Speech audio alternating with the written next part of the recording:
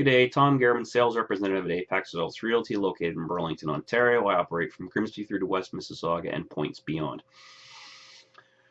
For the sellers today, average time on market. Now, it is the average time that all properties in a city, a town, or a specific map zone that we use as realtors are selling.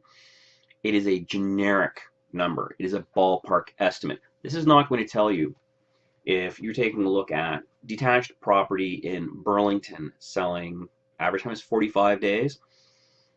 The deficiencies are, you are talking about starters for $350.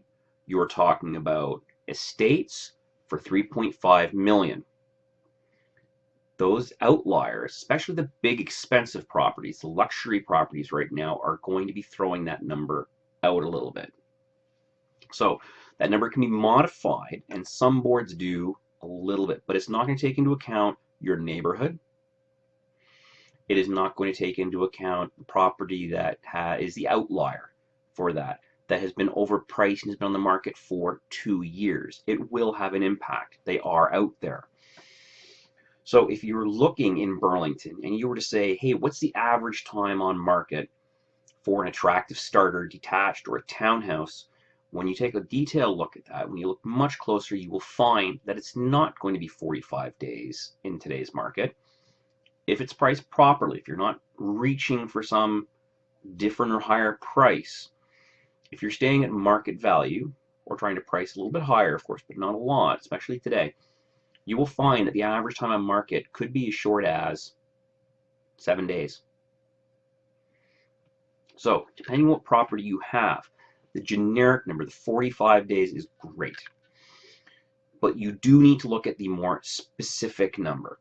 So if I am looking at a client who is saying, I want to sell my property, I'm going to say the average time on the market is 45 days. After that, we're feeling stale.